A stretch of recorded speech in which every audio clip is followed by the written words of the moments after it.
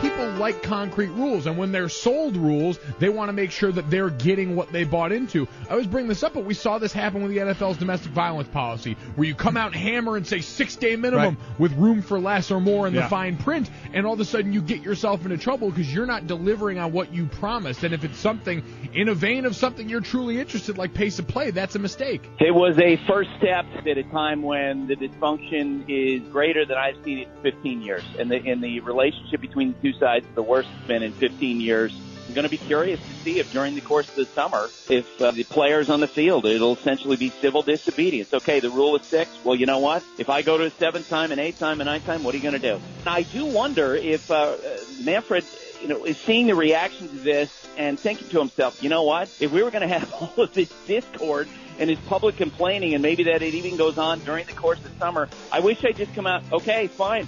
You know what? I'll put in the pitch clock.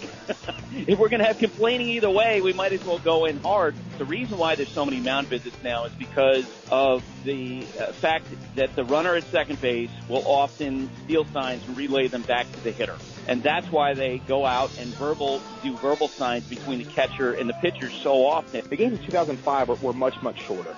That's at least what the graphic said this morning. I'm not sure.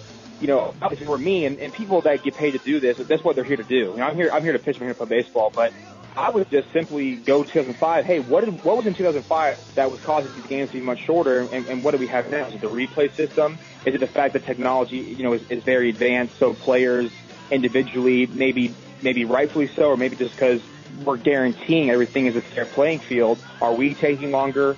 I don't know what that answer is. The whole thing they showed was maybe 3 or 4 minutes long. For that to be their big emphasis, I don't think that's it, and I just think that it does more harm than good, at least from the pitching side. For a couple years now, people have said, let's just put the best 16 teams in the playoffs, which in theory could mean 11 teams from the West and 5 from the East in a year. This is not that. And this is why this has a fighting chance. Because honestly, think about this. For a vote to pass in the NBA, you need 20 out of 30 owners to vote for something.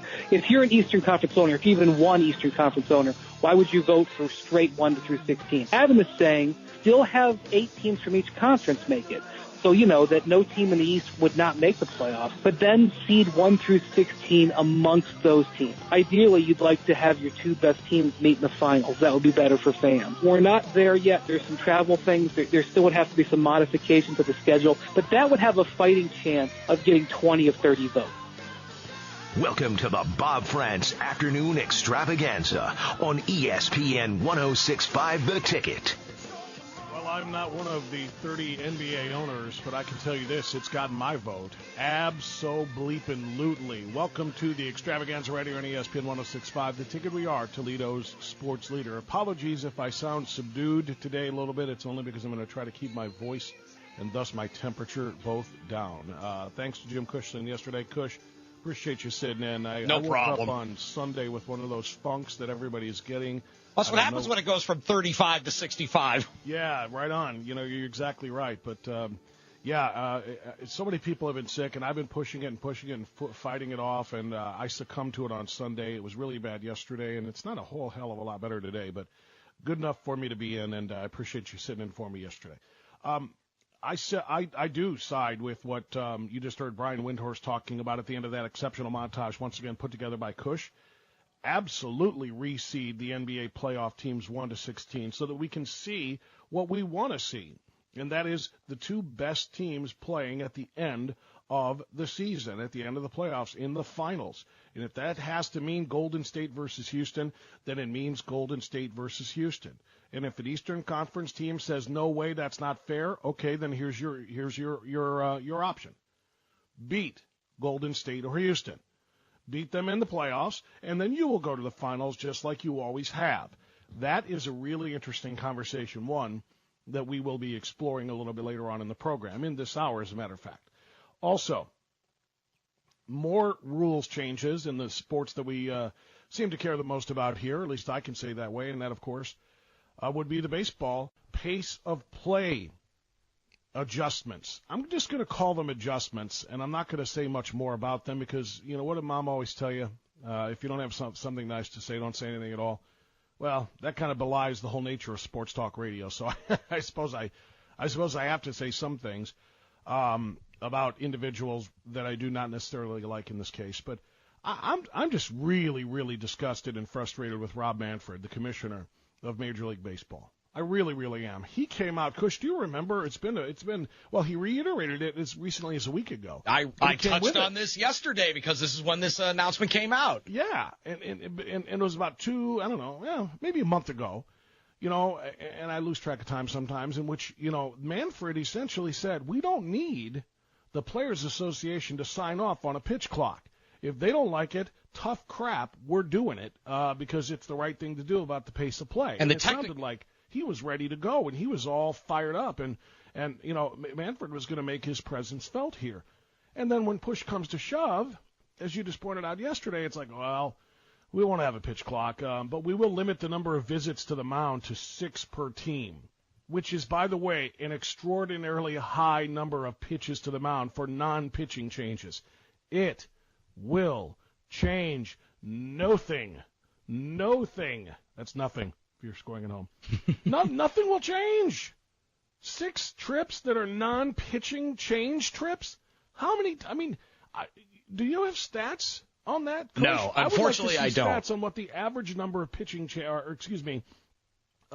mound conferences is in a game with or without pitching changes.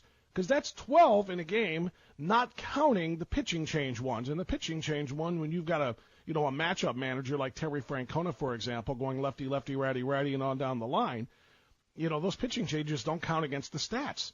6, just stop out and say hi and, let's go over the signs once again, visits per game, and that's going to change the pace of play and shorten the duration of these games. What an absolutely anticlimactic end to what was a very, very excitable prospect of finding a way to make the game, pick the game's pace up just a little bit to keep people interested a little bit more. Yeah, a couple of things on this. One, for technicality reasons, in addition to how you spelled out, well, I'm just going to do it anyway. Well, technically they proposed these a year ago, and that's why a year later he's able to just do it or not do it, regardless of what the union thinks. Just throwing that out there technically. But he chose not to, though. Correct. And at the end of the day, if you're going to do, and I pointed this out yesterday when I was talking about this, because it came out yesterday, if you're going to do the mound visit thing, and yes, for the record, anybody who's watched or, like myself, umpired high school baseball of any kind, that's already there. It's less than 6, but that's the general principle of it. It's not going to affect much. The only time I could see this coming into play at all, because it's not just the pitching coach coming out. They're counting if the catcher's going to go out to the mound, too. That's going to count as 1. Or if the shortstop wants to come up and hand him the ball and then whisper into his ear. Do they count that as 1? Yes. Yes, they will. The only time I can really see this affecting gameplay is if you're in a high-scoring extra inning game. Then maybe you've run out of your 6 because you're going back and forth. But they give you an extra one in the extra inning game. Right, then there's that. If you go to the extra innings, you get an extra free one. But the thing is... So in other words, in a regular 9-inning game, this will have no impact whatsoever, in my estimation. I think it'll be minimal. And even more so, if the goal is pace of play, to me anyway, and maybe I'm just, out on a limb on this one, but this is how I'm interpreting it. If the goal here is pace of play, you're doing this, but not the pitch clock thing, then it's negligible. It's kind of negligible because these mound visits are like 30 seconds or something. If you're in a situation where you're actually over that and forced to make the pitching change, well, now that's the 2-3 minute type of, between inning or during innings pitching change that we're always talking about. So for the most part, if pace of play is the goal, I feel doing this without the pitch clock, it's going to be negligible in terms of improving the pace of play thing. Yeah, it's going to literally negligible. I mean to the point of nothing. Like that's why I said this will do nothing. This will do nothing about the pace of play. The other thing that they're doing, by the way, is of course shortening commercial breaks during the regular season. Big deal. So 20 seconds less of commercials. The regular breaks between innings for commercials were 2:25, television breaks. Right. Now they're 2:05. Okay. For the nationally televised games, they go from 2:45 to 2:25, which again is just 20 seconds difference. Postseason games will still be 2:55 because they got to make their money. Yeah. Again, I'm not even concerned about the long commercial breaks, to be honest with you. That has nothing to do with the, quote, pace of play. Right. The pace of play is that period of time in which play is happening, and whether or not it's fast enough to, capture and keep the interest of the casual fan because that's what this is all about to me. The whole idea, of course, is to increase ratings, increase ticket buyers, get more butts in the seats, and convince them that it's not boring to watch a pitch thrown every 70 seconds. By putting that 20-second pitch barrier up, which they had considered, that Manfred essentially threatened them with, saying we can do it unilaterally. Heck, as of about a month ago, I assumed they were going to do it. That's right. by all So indications.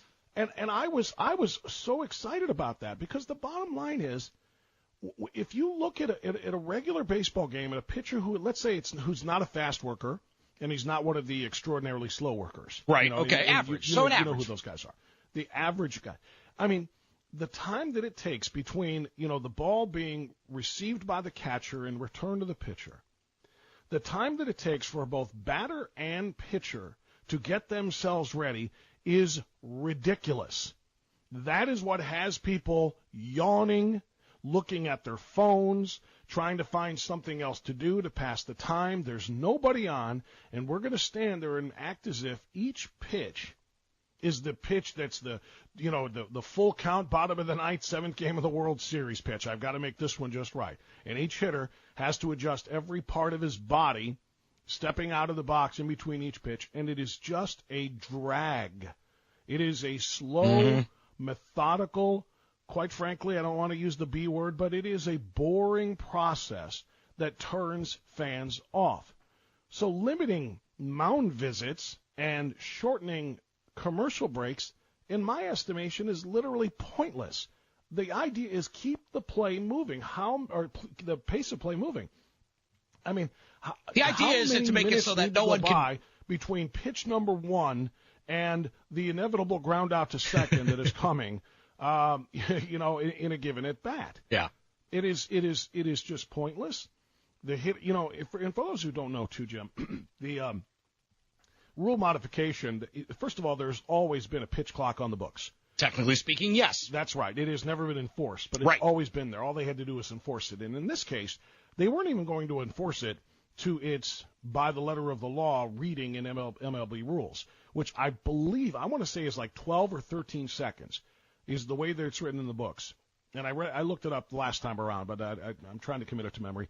But if there's no one on base, and thus a pitcher doesn't have to keep checking first or second or wherever it might be and keeping a runner close, in which case, of course, there will be more time spent. But if there's no runners on base that would demand a pitcher's attention, the pitcher needs to deliver the next pitch, or at least be in his windup or in his stretch and in the motion. It was like 12 or 13 seconds from the time he received the ball back from the pitcher or the catcher. Now, they were going to not even go by that, and they were going to extend that to 20 seconds, which is still a long time, plenty enough time for the pitchers to get ready, provided, of course, the hitters are ready. And as we know, they've been doing that in the minor leagues. This will be the second or third season with that. Third or fourth. I think they've been doing it for 3 years now. Actually, you're right. This will be the third or fourth season, correct? Yeah. Yeah. So the rule that they were going to put in place, again, that Rob Manfred could have done unilaterally, that baseball could have done unilaterally, because of the reason that Jim just brought up, that it was proposed a year ago, would have said that if the batter is not ready to receive the pitch within that 20-second period, then it is going to be an automatic strike called against him. So we're not just putting this all on the pitchers. Right. But if the batter is not ready and in the box and ready to go, the umpire will assess a strike call. If the pitcher is not delivering within that 20-second period, then they will automatically give the batter an advantage and call a ball. That's how it's supposed to be, yes, by the rules. Which is exactly how it should be, in my estimation, because that will keep people's attention. That will keep eyes on the pitcher and on the batter at all times, and not just this long, winding period that, quite frankly, is boring. Yeah. And I love baseball. I do, too. So when I use the boring word there, it hurts. I don't like to say that because I like the game so much, but it really, really is. And these games dragging out to 3 hours and 15 minutes long for 9-inning baseball games because of the that pace of play that we're talking about, Jim, it's just they had a chance to deal with it here and they dropped the ball. Yeah. You know, That's exactly right. They dropped the ball on this one. And by the way, did you happen to listen to Golic and Wingo this morning? Parts of it, yeah.